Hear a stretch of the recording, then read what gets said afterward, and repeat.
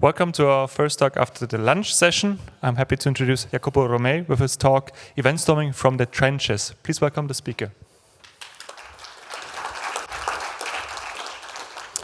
Hello, everybody. First of all, today I'm truly pleased to be back at this conference after a short, digression on another scenario. And it's been like 3 years since I last talked in public in this very conference 3 years ago, 2019. So let's go. Now, a few disclaimers to start it. My biography, I don't think we have time to spend on what I did in the past, okay? And also, I don't think that the validity of what I will say should depend on what I did in the past. If something is valid, it is valid, or it is not, or somewhere in between. By the way, it doesn't. I never understand why we should rely on the principle of authority to validate what we are providing to the audience on this stage. Just for the sake of contextualizing my message, it could be worth saying that I've been a developer, I've been an entrepreneur, I am a geek. Actually, during the pandemic, I built an 18 servos hexapod robot in C++, okay, something like that. I 3D printed it, so it was like a spare time. So I love outdoor sports, and most of all, this experience that I will tell you is based on the fact that my work has shifted 10 years ago into helping organizations and people that want to experiment with new businesses or new way to carry on their own business. Okay, that's enough. Now, very important disclaimer. This is a real story that will describe the critical role and the primary function that EventStorming got in the process of helping a customer of mine to renew their process. This is basically meant for beginners just after they have learned what EventStorming is, okay? So basically, it's to contextualize EventStorming in a system of tools, in an ecosystem of devices and techniques. Still, it might help more advanced professionals to understand the power they might unleash out of a very well-known tool already, okay? EventStorming was born in the software development industry, but very rapidly escalated into mapping processes in general. And so that's why I'm here today to tell a story. As you might have read the abstract of this session. Today I'm not going to talk about software development companies. I'm just talking about EventStorming and the way I help them restructure their process. So it is to stretch the comfort zone you might have used or conceived EventStorming so far. Also, I truly believe that, onions are good, but actually I like to think of them mostly as an ingredient in recipes. And EventStorming is something like this. It's like onion. You can use it as a standalone tool, but it's nice to integrate EventStorming with other tools and other techniques so that you end up having a proper recipe, okay? So, EventStorming in this story will be accompanied with another technique which is called Quest, which I will tell you about in a few minutes. The dot game, which is a very famous game played in the lean industry. Extreme contracts, which is a concept about negotiating agreements in knowledge work. And Popcorn Flow by Claudio Perrone, which is a framework for experimenting in business. Okay? So these will be the ingredients of our story today. Now, this is a key point. This is not just a disclaimer to begin with. It's a key point about EventStorming. If we hear about systemic view, social technical systems, and blah, blah, blah, blah, blah, then focusing on just one skill because you can sell it is actually betraying that message. So if you really believe and you really applaud people who are spreading a correct and undisputable message of integration and ecosystemic view in your business, then you might necessarily agree that we need a cocktail of tools to go on in our process analysis and redesign. Okay, 3-level check. Is it clear so far? Second check, does it sound consistent internally? I mean, so does it, everything belongs this place so far? At least so far. Okay, agreeable. The third check, I will check it out in the end, okay? Because you cannot know yet. Okay, now, disclaimers are in their place, okay? So now we can start with the story. So let's start. Okay, the menu for today is who was the customer, because the context is king, so we have to clarify the context to frame the story that I'm about to tell. What was the request? What was the need? The request and the need, usually they don't match. Usually they are not the same thing. And the first sessions that we run 4 workshops, and I'm going to describe all the 4 workshops, and what was the outcome in the end. Finally, as a last point, we will have a Q&A questions in case I left anything unanswered or unaddressed, and I will be happy to reply your questions, if any, okay? Now, the customer is, actually, they are still alive. I mean, it's just a few months ago. It's CSC Baglioni, or CSC Baglioni, which is basically, literally, this means building validated tanks. A very raw naming, okay? So what are we doing? We build tanks, pressed air tanks, okay? And then we validate them so that they work. Okay, so it's building validated tanks, very raw, basically a business made of steel, iron, screws, and tanks. That's all. They have a very simple pipeline, and they just build tanks for oil and gas, for hydrogen technology, or more trivially, and the next one, everybody of you seen it, this kind of tanks, okay? So anyone that has gone to a bicycle repair shop has seen something that they have built probably, because the excellence in this scenario worldwide is made of 3 to 4 companies, okay? So, okay, how did it all started? Let me just set a timer so that I'm aware of my constraints. Okay. Now, it all started with a big bang, as the song says, and I got called by someone that had attended a workshop on mine on digital transformation of a company. I was telling them about the lean transformation and the way you can map processes and redefine the processes from the digital level up to the policy level with a technique called EventStorming. They called me while I was driving. Actually, I didn't answer, though you might think that Italians always answer when they're driving. And then I called them back. And actually, they said, okay, hey, we need you, and we need some way. The caller was the son of the owner, okay? It is a family company. And owner's son was asking me, hey, I need your help because I think that we might be missing opportunities in the next 10 years. And I'm afraid that my family business is going to evaporate. There is tons of pressure from other countries. You may imagine such a commodity like iron tanks can be, menaces can come from developing country or the BRIC segment worldwide. And so they needed to revamp their process and make sure they could thrive in the future. Okay, fine. So we agreed to have a meeting with the board in which I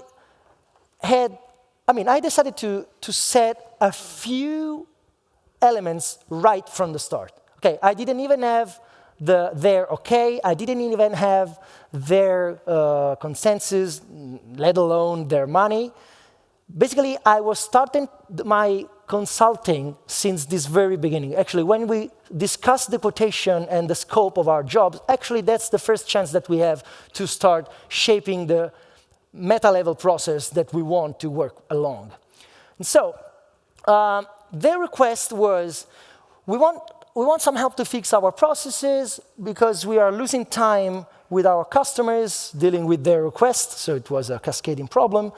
And a number of customers exploded lately, so basically huge growth. Have you ever faced a customer of yours that was facing huge growth and this was a problem rather than something to be happy about? Does it happen to you?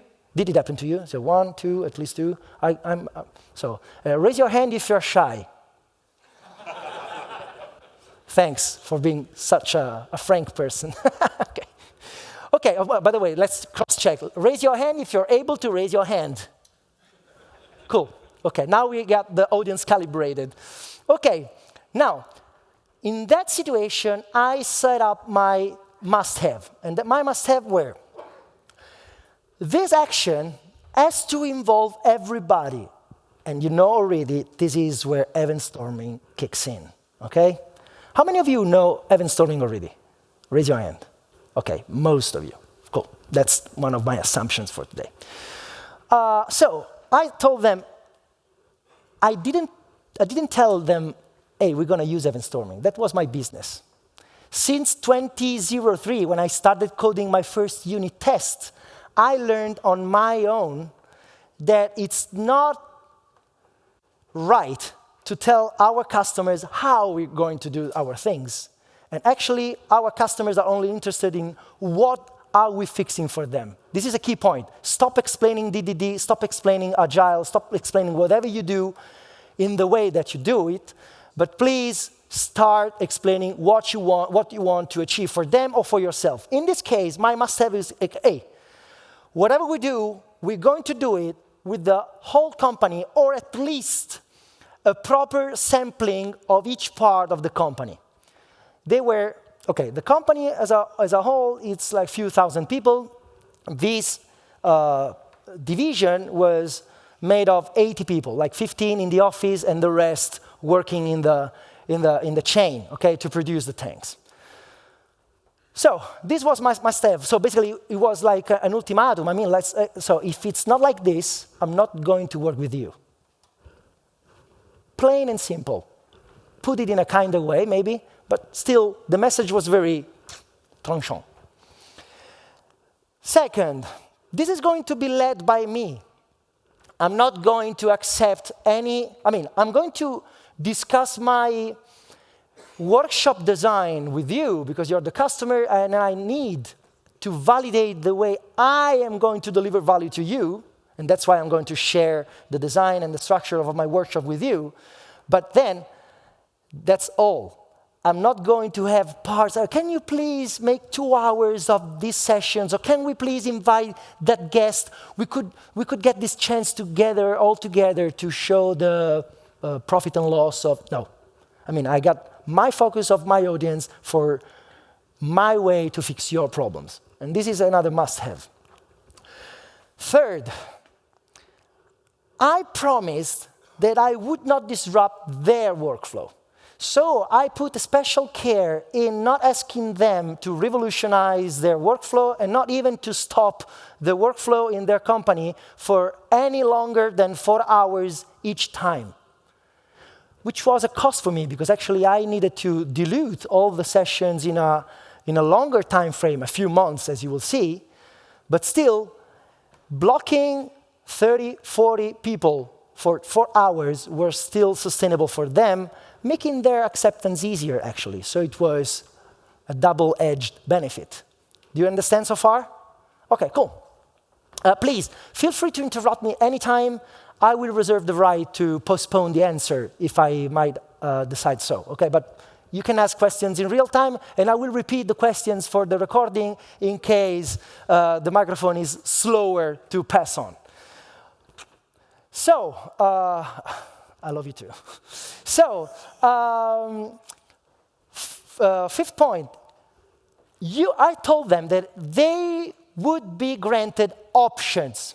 Another key point of my offering was letting them understand that I could fix their problems in many ways with different flavors, and they could choose in a wide range of options for the same, to address the same problem, which is actually what we call an end-to-end solution with different scopes. Have you ever heard about that in the software world?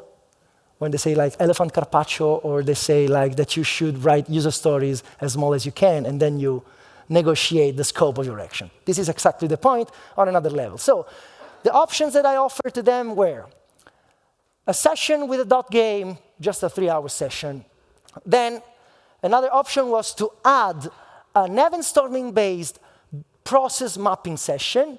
Option C was to deliver everything included in the B option, plus a quest, an EventStorming-based process design session.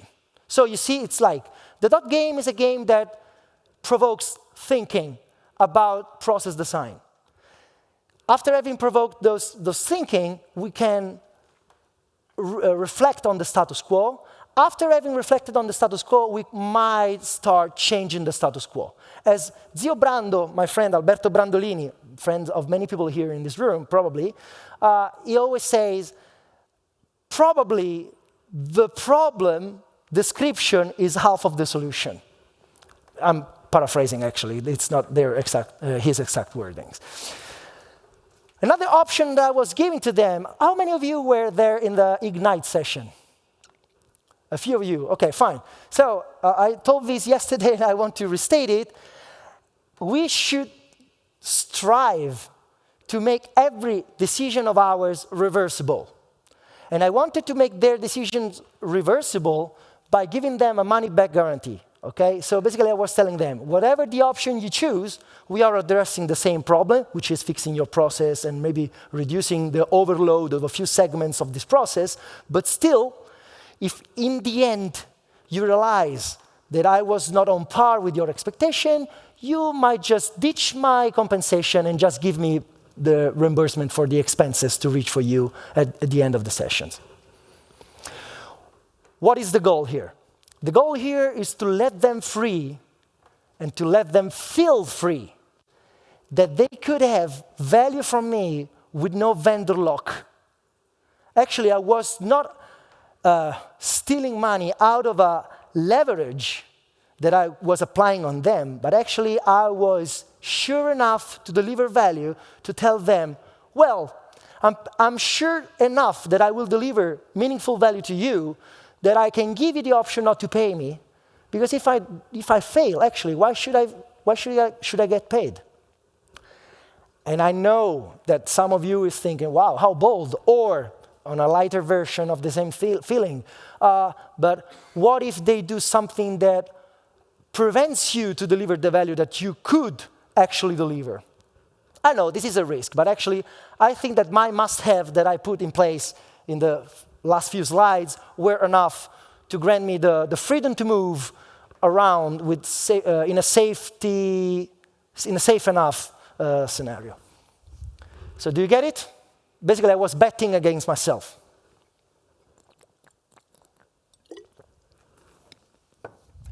Okay, now let's get into the meat, or sorry, vegans. Let's get into, no, I mean, I really mean it. Let's get into the real substance of these series of workshops. Actually, they picked up the C options, and so this is what I did in the following weeks. I wanted to prevent the so-called air sandwich. Air sandwich is a concept conceived by Nilofer Merchant, and I'm about to read a few words by her, so that I don't need to give you my thinking on air sandwich, but I can deliver her original message. So, ideas don't get executed if the organization has an air sandwich, which is the empty void in an organization between the high-level strategy conjured up in the stratosphere and the realization of that vision down on the ground. Have you ever heard about business and developers? Something like that. Have you ever heard about that? Which always sounded quite strange to me, because actually, what is the business of a software company if that's not developing software? So that's a strange separation of concerns. That's why we need a new how. The new how is the title of her book. I mean, I'm advertising for her, which is actually, frankly, due. To do collaborative work because the future is not created, and the future is co-created. An air sandwich, now the key point, is a strategy that has clear vision and future direction on top layer, day-to-day action on the bottom, and virtually nothing in the middle, no meaty key decisions that connect the two layers, no rich, chewy filling to align the new direction with new actions within the company. By doing strategy the old way, we're missing the substance of the business the debate of options, the understanding of our capabilities, the sharing of the underlying assumptions, the identification of risks, and issues that need to be tracked down, and all the rest of the things that need to be managed. So basically what she's telling us is that usually the way we inherited a way to structure our business from the industry, and we got the white collars and the blue collars. But in knowledge work, and everywhere we are working in non-serial production, and shaping a process for one single company is a non-serial job to be performed, economies of scale and that gap between white collars and blue collars is just a myth. Cool. So, from a practical point of view, this means trying to avoid that two things happen, and I'm pretty sure everybody here saw these things happening at least once in their lifetimes. One, well, after a few months. Well, I didn't realize we were going to do that. Have you ever heard that? Yes? Okay, thank you. Basically, you can raise your hand freely, because we cross-checked it, you can raise your hand. So, second point, and this is even nastier. The second point is that, well, we had decided that way, but I didn't agree with that after a few months, okay? So basically, when everything goes wrong, you say, hey, you decided that. I was not agreeing with that. Have you seen this happening? Okay, cool. Okay, cool. Thank you. I have to rely on people from Chile here because for getting arms raised. Thanks.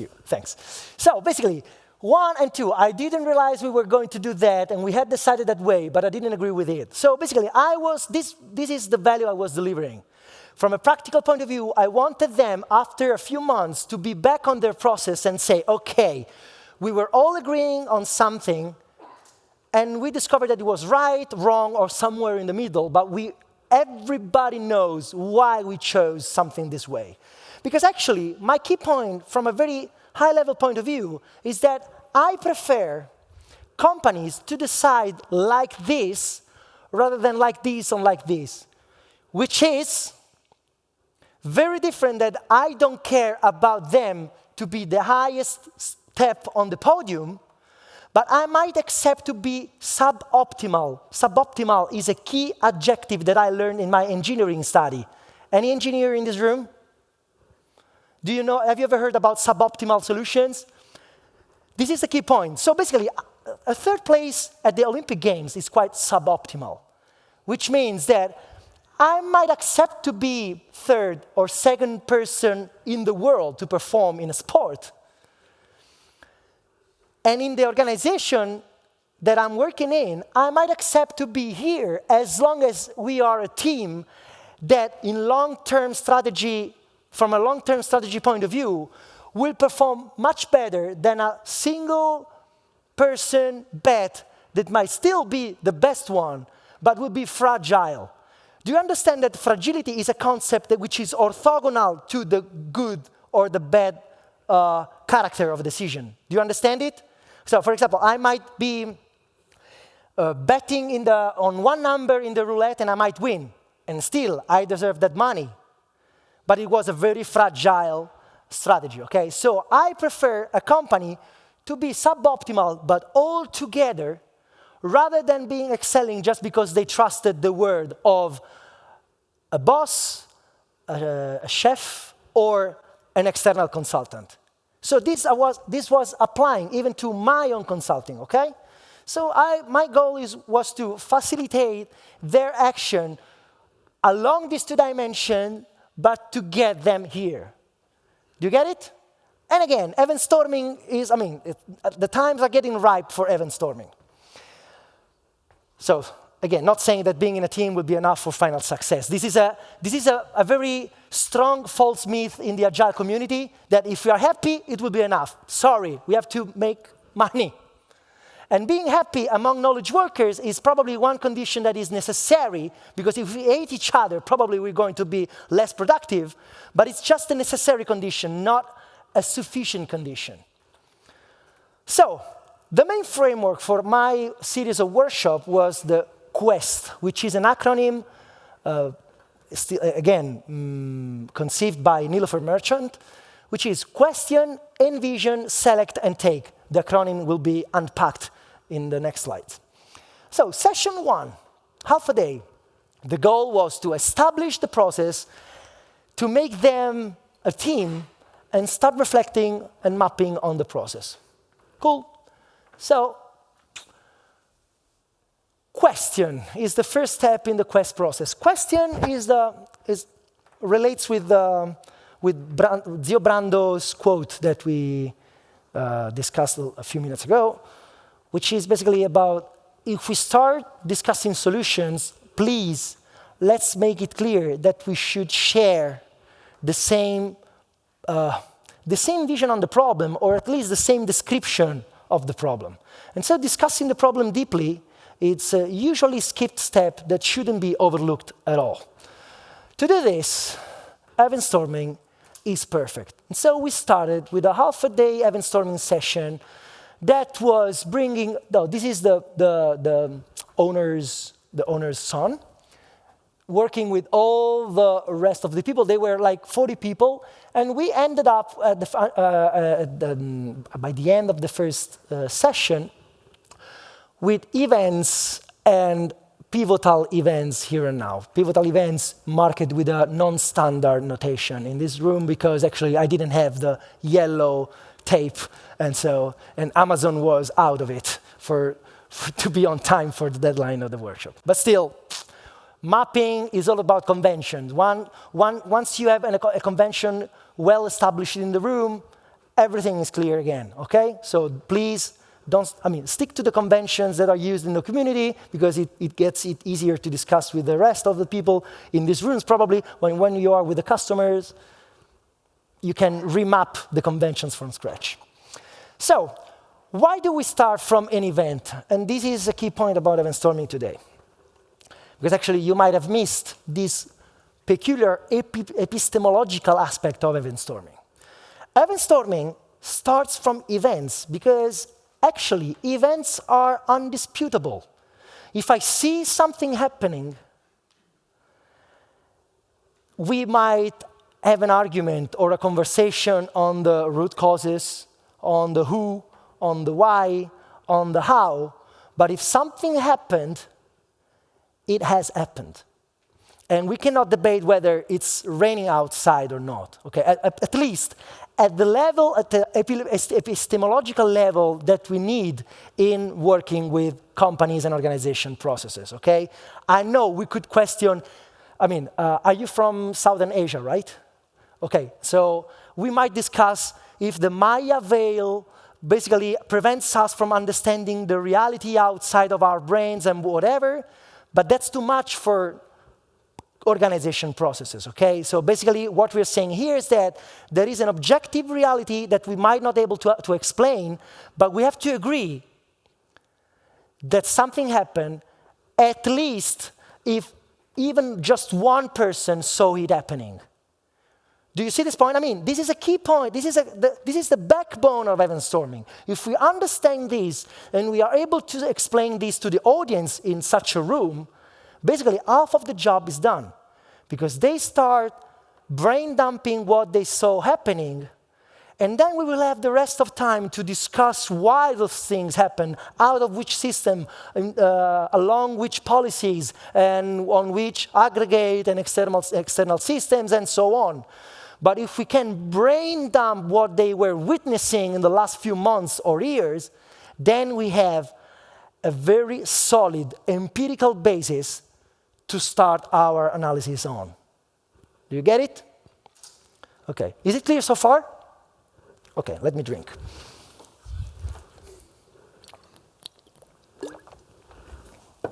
I had a bucket of sand in my throat. Okay.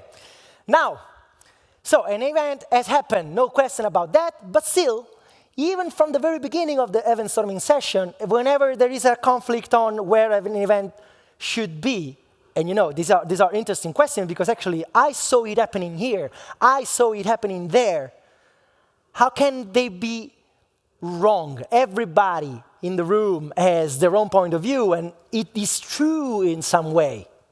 we have to start from that point of view, then that's enough to let hotspots to be raised. And hotspots, as we like to define them in the EventStorming world, are like placeholders for conversations worth to go on. It's not just problems. It might be opportunities. It might be mismatches. It might be something that we don't know yet. But still, as long as hotspots are emerging, they are creating a collection of issues that we should discuss further on in our process redesign efforts. Okay, cool. In the meantime, we were also discussing the pivotal event to drive the boundaries between, and here comes a hard part, subdomains or bounded contexts. I stick to Nick Tune's definition of those, so I would say that the pivotal events are, so I mean, at the organization process level, bounded contexts are almost always coincident with subdomains, okay? So basically, we are saying this is a team working on something, and they are publishing events to trigger some other team's action, okay? That's enough as a definition for me in that scenario. And pivotal events are a key point because basically they define the interface between different divisions we might find already established in the organization we work with. And this is a key point. I mean, so basically, we don't want to disrupt their silo-based organization if they already have one, because we promised that we won't disrupt their action. We might change that, but we don't start from this. Probably this went. It's fine, okay. Now, what about the timing? Okay, cool. Then, after having, yeah. One question, talking about with the pivot events, talking about kind of integration events, kind of between contexts? Yeah, so basically, let's think if the sales department publish an event like quotation signed and approved by the customer. That triggers an action from the inventory suppliers and all the rest to start producing the tanks that were ordered by the customer. Versus internal events. Yeah, exactly. Thank you for making me able to clarify that. Now, in 2010, Alan Shalloway published a game which is called the Dot Game, and I was together with Alberto Brandolini in the Lean Kanban Belgium in 2010, and we learned this game. And actually, 3 weeks ago, I delivered my 240th dot game. And so I love this game because this is a game about key concepts like lean thinking, theory of constraints. How many of you know the theory of constraints? A few of you, not enough. Please open your Wikipedia page tonight, and this is the homework for you. Learn the theory of constraint, or read a book by Elia Goldratt called The Goal, which is the book that introduced the theory of constraints, so that we could start in this session to start talking about a key concept like bottlenecks, and understand that throughput only relates to completed, sold, done things.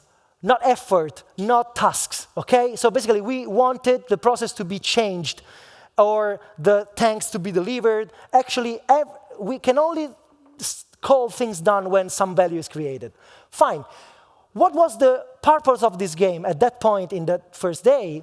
It was doping. Okay, wait, doping is a very strange word in this context. I'm using the word like they use it in the semiconductor industry. And let me give you the definition.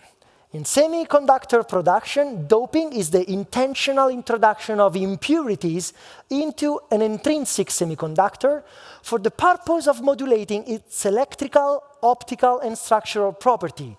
The doped material is referred to as an extrinsic semiconductor. So in my case, basically, I played this game to dope the upcoming conversations. I wanted them to discuss their process in terms of bottlenecks, theory of constraints, and lean thinking.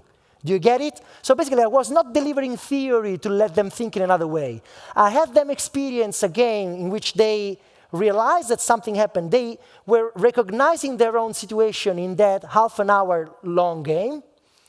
And then I asked them to be back on their event storming and keep on storming on other events, hotspots, and all the rest that you know, like external systems, policies, waste, value, and user personas or agents. Okay, so basically, I finished my event storming session after having doped, altered, deviated their conversation towards a few topics that were relevant to me to understand how the conversation should be brought on. And that was enough for the first session. Session 2, after 10 days, I let them sink. I needed time, and actually they needed time to let all this stuff sink. And I wanted them to go on with the conversation with all the things that we said flat on the horizon of the past. And so the goal of the second session was basically to agree on what the work should go on about. So we got hundreds of hotspots. What are the best hotspots to work on? And so we had another, as I said, I let them sink a bit, so I let the concept sink a bit in them. And so after a few weeks, it was worth having 1 hour more of event storming to let them say, I thought this with a more relaxed feeling. But in the end, everything was getting back to hotspots. We had a silent sorting. Have you ever played a silent sorting session? Maybe someone? It's only one, two.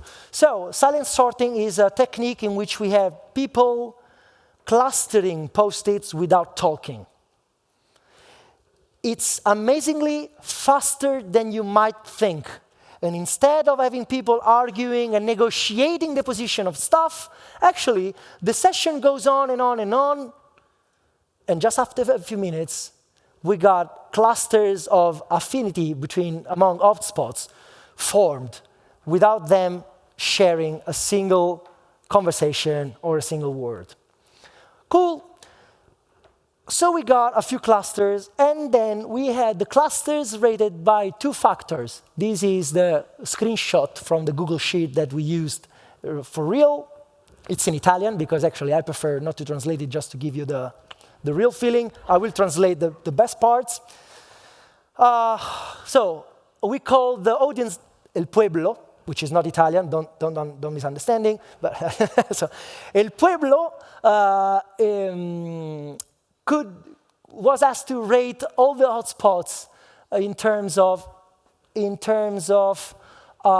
criticality and frequency. So basically, every hotspot can be bad or less bad, or a good opportunity, or a very good opportunity, or the best opportunity that we have, okay? This is criticality.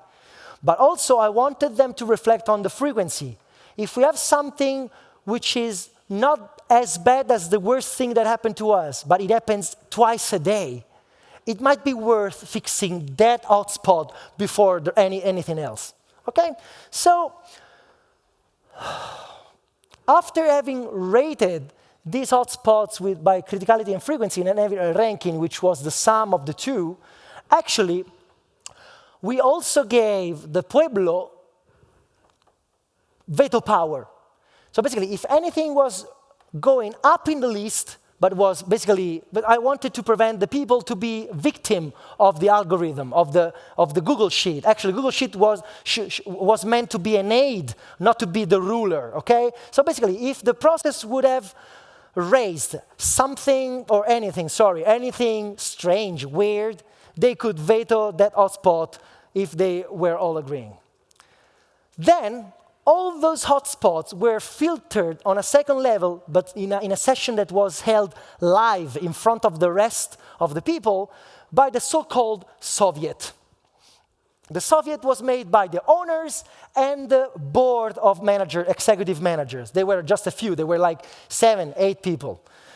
The Soviet had the chance to address the urgency and importance of every hotspot, and we discussed the issues, the hotspots. They had a deviation standard higher than 1.2. hey, why did you choose 1.2? Why are you deviation standard? What are you talking about all of a sudden?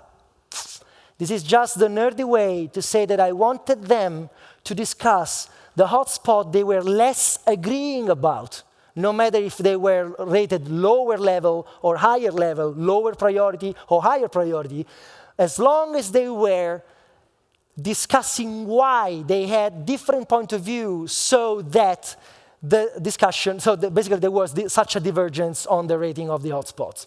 So once we had this rating reconciled or at least understood, then we had, this is blah, blah, blah. Then we had a list of hotspots that were ranked, prioritized, and selected to be further discussed. Session 3. Okay, we got a list of 5 problems, 5 hotspots that everybody, El Pueblo, agreed to discuss, and that the ownership or the leading board of the company agreed to discuss. Okay, cool, now we got this alignment. What should we do? We can discuss options. And this is the time I introduced in that room the so-called quest that I already introduced to you. Actually, they were doing quest already since the beginning, but they didn't know. Again, this was another instance of not explaining to them the technique, but just having them do the real stuff. Because actually, I'm not selling them the technique. If they ask questions, they can be curious, but if I just sell Agile, EventStorming, DDD, or Quest just because for the sake of the technique itself, it is wrong.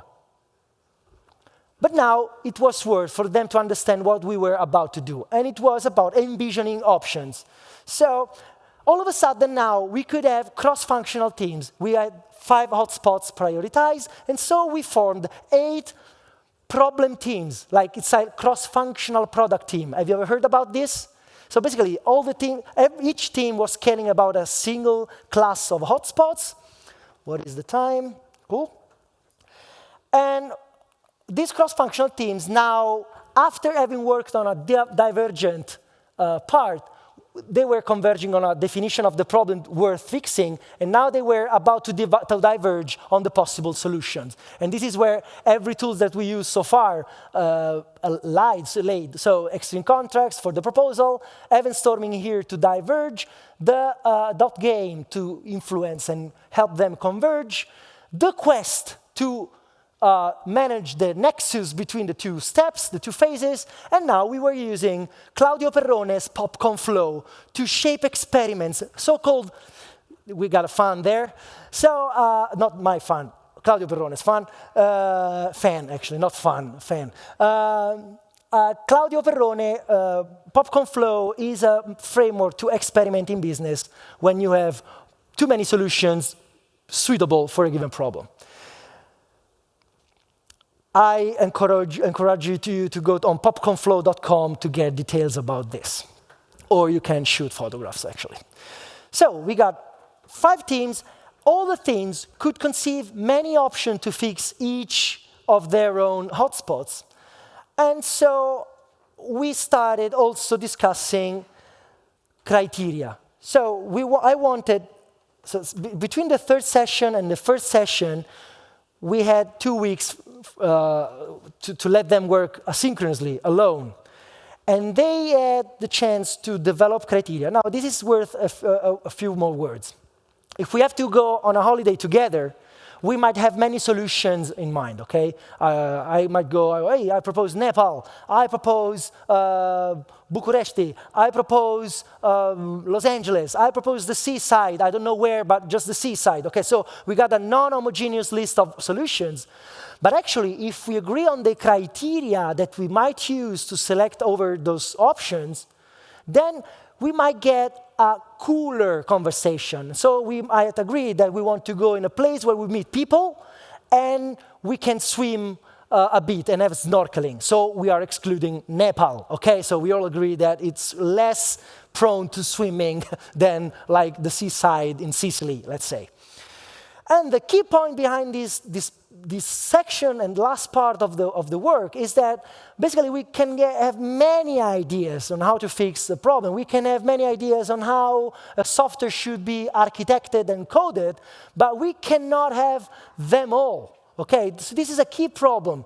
We want to choose, we can only focus on a few range of options. We need focus, okay? And if you are keen to the agile message, then you really know everything about this. We need iterations, we need time boxing, we need the WIP limit to focus our action. After these 2 weeks, they got back for the first session with a bunch of options selected with explicit criteria to decide what to do. And the first session was about setting off concrete action. We had all the teams showing off what their solution were, and we gave them 2-week fine-grained, so we gave them the task to conceive, to design a 2-week fine-grained commitment. So basically, every team was getting out of this last session by promising all the rest of the teams what they would do in the upcoming 10 working days. It's not just a declaration of goodwill. It was like, hey, starting on Monday and for the following upcoming 2 weeks, what are you going to do? We're doing this, blah, blah, did this, blah, blah, blah, blah, blah, blah, blah, blah, blah, blah, blah. This commitment was small enough for it to become impossible to reject it. Actually, if you cannot plan your next 5 days, we got another problem. But was big enough to show true commitment to a real change of their process. And so they started experimenting it. So basically, we were saying that after 2 weeks, they could renegotiate what they were doing on the basis of the outcome of the first 2 weeks. We elected owners for each of the team, and owners were not the ones doing the hard work, but actually they were like product owners, sort of, an analogy, not exactly as product owners. I have very strong opinions on product ownership. So let's say that experiment owners were the ones that were caring about the solution, actually the problem. The solution might change. The problem was well established in the previous sessions. And they would gather periodically to cross-pulse check and relate with the Soviet. And also they were asked to ask for help in case they needed. Actually, the only wrong that you can do to your team is not asking for help. If you cannot do anything, basically you are not able to do it, or you don't have the information to do it. It's not your fault anyway. Please ask help to your team whenever you need, because actually this is the wrong that you can do to your team, okay? Not asking for help. And they were also in charge to report and relate to the Soviet. After this fourth session, I was done. How could I tell it? Actually, I was still hoping that I was done. But a few weeks ago, this all happened in June and July. A few weeks ago, specifically on the 7th of October 2022, a mail by the blonde guy, the owner, the company's owner's son, I received an email from him, and these are the few key statements. There would be a lot to say about CSG. Even just the fact that I see everyone really still excited and wrapped up in the various projects, for me, it's a victory. We've stirred things up in a big way. We're still at the beginning, in short. But in a company like CSG, to talk about these things is already a great sign. I see people free to work on their own problems. And most importantly, they are thinking. Before, they were not paid to think. Now they are all there discussing, planning, rehearsing, calling, and blah, blah, blah, blah, blah, blah. We have a Teams group, Microsoft Teams group, with basically all CSG. And all the information about what others are doing is publicly available. The silo-based structure is crumbling down. Basically, they're starting to defeat the structure. And a great thing, really, I am delighted. Last but not least, in a month, we have the first Supreme Soviet with the directions, and we have already had 3 meetings with the various owners. So basically, this is a clear sign that after 3 months, they are still there. And so I owe it to the power of EventStorming, Quest, and the other tools that I showed you. And so now I'm very, very proud of them, and I will thank them for providing me the chance to tell everybody this story so that we can use the tools that we are developing in the DDD context everywhere in the world, because actually they are about people and things to do together. Thank you.